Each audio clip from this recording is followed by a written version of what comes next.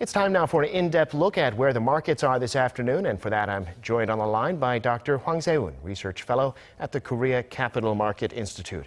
Dr. Hwang, thanks for coming on. Thank you for having me today.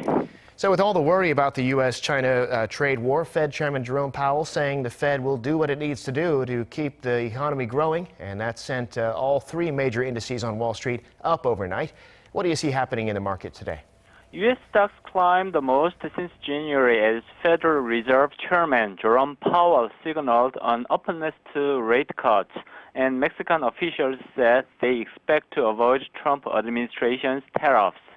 The Dow closed 512 points higher.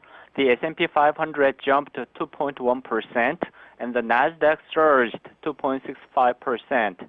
The major indexes had their second-best day of year 2019.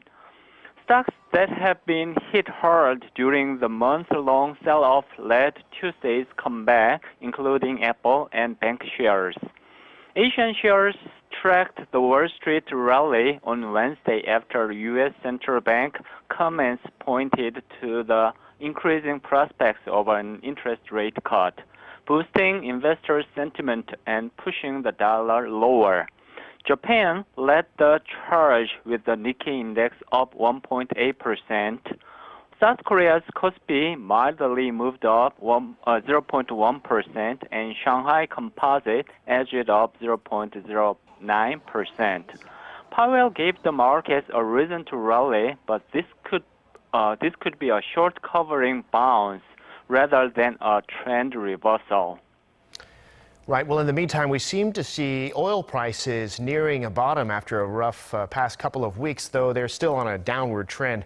Why is that, and what's the outlook for oil? Oil prices resumed their slide on Wednesday, dragged down by a surprise gain in U.S. inventories and comments from the head of Russian state oil producer Rosneft questioning the point of deal with OPEC to withhold supplies. Brent futures were down 0.73% at $61.52 a barrel.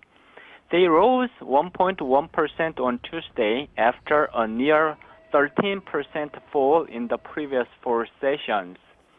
The oil market has been weighed down by concerns about slowing global growth from the U.S.-China trade war and the President Donald Trump's threat last week to place tariffs on Mexican imports.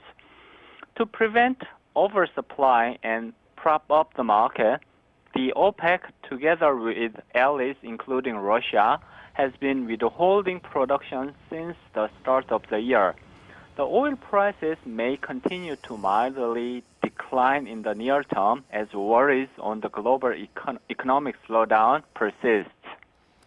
Now, back here in April, as we just heard, Korea posted its first current account deficit in 7 years. Big news, but not unexpected. What does a deficit mean for the Korean economy, and how long do you think this will go on? South Korea's current account balance remained in the red in April. The first deficit in 7 years caused by flagging exports and increased dividend transfers.